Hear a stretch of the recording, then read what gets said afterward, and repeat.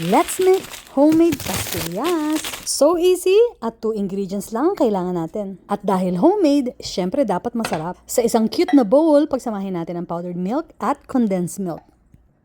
Haluing mabuti para makombine. At dito gumamit muna ako ng spatula. Medyo mahirap tong haluin dahil madikit. Gumamit ako dito ng gloves para mas madali ko siya mahalo. Pero too sticky siya kaya nagdagdag pa ako ng powdered milk. At para hindi dumikit sa kamay o kaya sa gloves, tip, maglagay ka ng konting oil. So kapag minix mo siya, dapat ma-achieve mo yung ganitong texture. Para siyang soft dough.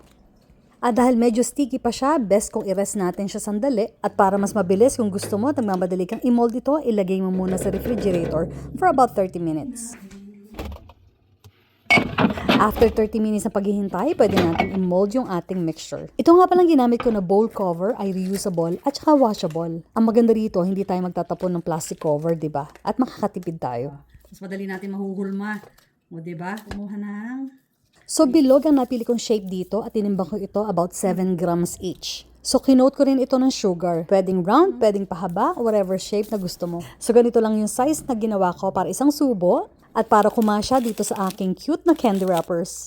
At syempre, gamit yung ating cute na sealer. O diba? Pwede ng pambenta. Syempre, tigman natin yung gawa natin. At habang ninanamnam ko yung lasa at nanonood pa kayo, maaari ko bang malaman saan ka nanonood para malaman ko naman saan umabot itong ating video.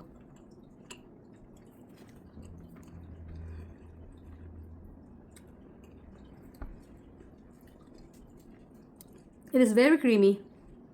Milky, medyo makunat na sa condensed milk. Tapos hindi siya masyado matamis, more on milky side siya. And hindi siya masyado matamis kasi yung ginamit kong asukal na coating sa labas niya is monk fruit. It's a sugar substitute. Kaya ayoko na dumagdag yung additional sugar na coating niya kung kakainin. So, di ba ang cute? Nasa balik na lalagyanan tapos sinil lang natin siya. Gawa ka na! I hope may natutunan ka sa video. Thanks for watching!